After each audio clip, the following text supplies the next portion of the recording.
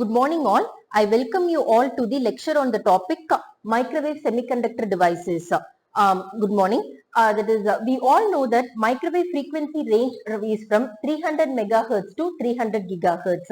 In order to produce this high frequency signal, we require certain devices. The two devices which can be used for microwave signal generation is, one is your microwave semiconductor device and another is your microwave vacuum tubes. Microwave semiconductor devices is a modern solid state device in order to produce the microwave signal. In modern days, most of the applications are using this microwave semiconductor devices in order to produce the microwave signal what they require. The brief classification of microwave semiconductor devices is, the first one is a microwave transistor, second is a microwave field effect transistors, third is the transferred electron device, and fourth is the avalanche transit time devices. The further classification of microwave transistor is, first we have your microwave BJT and then your tunnel diode. Under the field effect transistor, we have your JFET, MOSFET and MESFET. The main concept here is transferred electron device.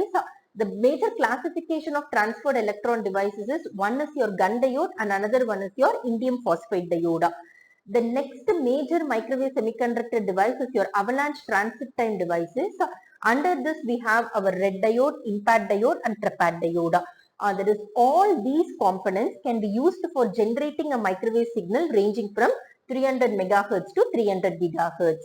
That is, in my lecture today, I am going to explain you the working concept of the transferred electron device, and in particular, I'll explain you about the component gun diode, the operating principle of gun diode and the differential negative resistance characteristics can be discussed in detail. Before getting into the brief lecture on gun diode, I want you to tell you the major difference between there is microwave transistors and microwave transferred electron devices. Microwave transferred electron device is commonly called as your TEDs.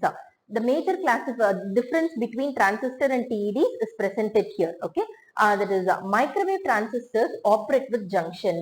That is, I hope you all know what a junction is. That is, when a P-type region and the N-type region combines, they form a junction there.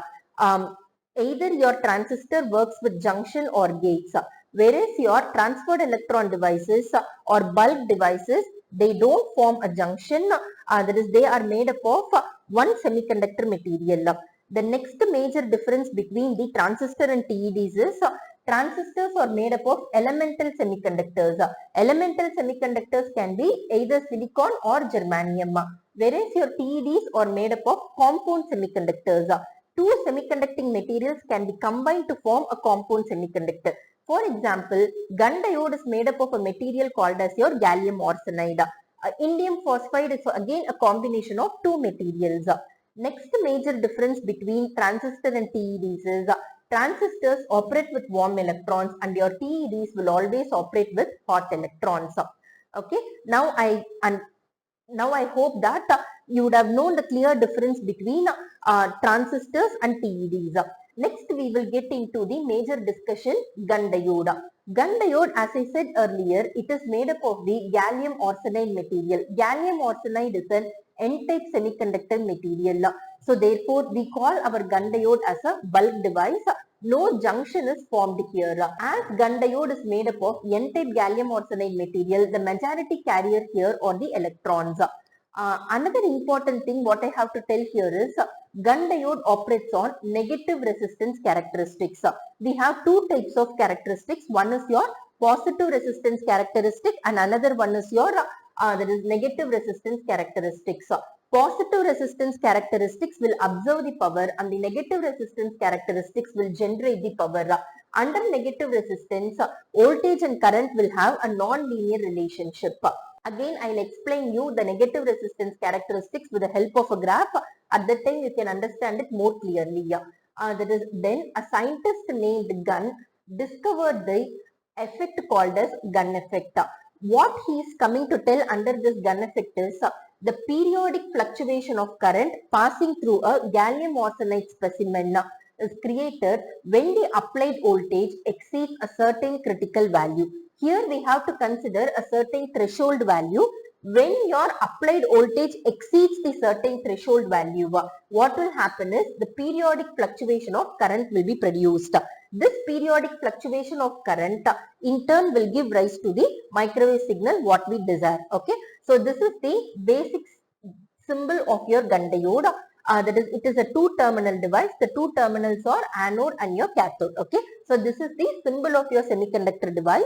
That is next. This is the structure of the gun diode. That is, as you can see here clearly, N plus substrate of gallium arsenide, N active layer and N plus substrate of gallium arsenide. N active layer is embedded between two layers of N plus substrate of gallium arsenide. Okay, so here you can clearly see the difference. The thickness of this N plus substrate is higher when compared to the thickness of your N active layer. This is of only 5 micrometer thick and both of these layers are of 15 micrometer thick. Next, we have a metal film coating. This represents the metal film coating and this represents the heat sink in order to observe the heat produced as a result of microwave oscillations. Again, it's a two-terminal. One is your anode and this is the cathode. This is the detailed structure of your that is gun diode and this is the symbol of the gun diode. Now, I will explain you in brief about the negative resistance characteristics. Okay, so this is the graph representing the negative resistance characteristic. It is a plot drawn between your forward voltage and your forward current.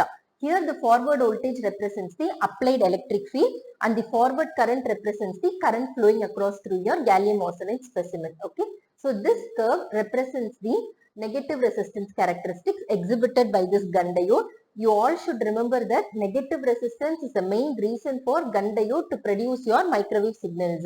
Okay, so here what you can see here, there is a non-linear relationship between the voltage and the current. And this voltage and current are not proportional to each other. That is, for a particular increase in your applied electric field, there is an increase in the forward current and that is represented by the peak point. After a certain threshold value of your applied electric field, this current will start decreasing and it will reach its valley point. After the valley point, there is a further increase in your current and this region is called as the negative resistance region. In your laboratory also, you will be studying this negative resistance region. Okay, so this is called as the threshold value. According to the investigations by Gunn, that is the threshold value for the N-type gallium arsenide material is 3000 volt per centimeter. Up to this, there will be an increase in the forward current and above this, there will be a decrease in the forward current and the drift velocity of the electrons will also decrease here. Okay, so next we will discuss in detail about the two-valley model theory. Okay, in order to understand this two-valley model theory, you have to know the band structure of this gallium arsenide material. Gallium arsenide is one of the material which consists of a number of valleys in the conduction band. Not all semiconductor materials that is will have valleys in the conduction band. Okay, so you all know that is the band structure of a semiconductor material consists of a valence band and a conduction band. For semiconductors, the energy gap between the valence band and the conduction band is Eg is equal to 1.43 electron volt. That is under normal condition, electrons will be present in this valence band and when the electric field is applied, electrons will start moving from valence band to the conduction band. This concept we all know. Okay. So the next thing. Here the conduction band consists of two valleys. One is your lower valley and another one is the upper valley. Yeah. That is lower valley. In lower valley, the mobility of electrons will be high and in the upper valley, mobility of electrons will be low. The upper valley is separated from the lower valley by an energy of 0.36 electron volt. Okay, so here the important point is the mobility of the lower valley is high when compared to the mobility of this upper valley. Yeah. This also contributes to the negative resistance characteristic. What you can infer from this? What is meant by mobility? The speed at which the electrons travel. Okay, so here in your lower valley, the drift velocity of electron or the mobility of the electron is high. Once it goes to the upper valley, the mobility decreases drastically. Okay, so next in detail we will see the conditions of your that is applied electric field E and the electric field of the lower valley, and EU represents the electric field of your upper valley. What you can that is represent from this figure, E less than EL, that is the applied electric field is less when compared to the electric field of the lower valley. Under this condition, so first I will tell you, under equilibrium condition, the density of electrons in the lower valley and the upper valley will be the same. That is when one electric field is applied, when the applied electric field is less than the electric field of the lower valley, electrons will stay in the lower valley, they will not get transferred to the upper valley. So the next condition is E greater than EL and your applied electric field is less than the electric field of the upper valley. Under this condition, what is happening now? Some of the electrons will get transferred from lower valley to the upper valley.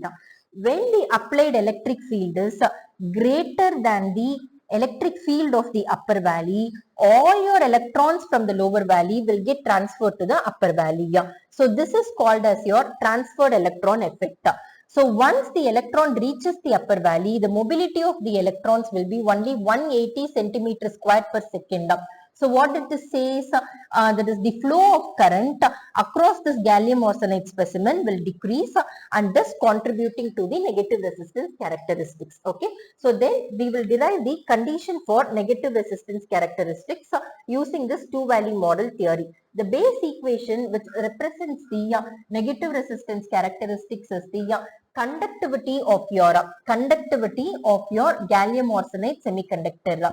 Usually the equation for conductivity is given by sigma is equal to E into mu L into NL plus mu U into NVU.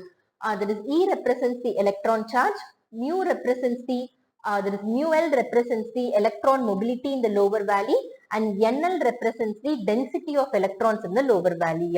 Commonly it is represented by the term N, which is called as the electron density, combination of electrons in your lower valley and electrons in your upper valley. Okay. So mu represents the mobility, N represents the density, E represents the electron charge, and sigma represents the conductivity. That is with the help of this base equation. Finally, we will be solving this. There is negative differential resistance. That is here what you can see, minus d sigma by dE divided by sigma by E should be greater than 1. Okay, so this is the condition for differential negative resistance.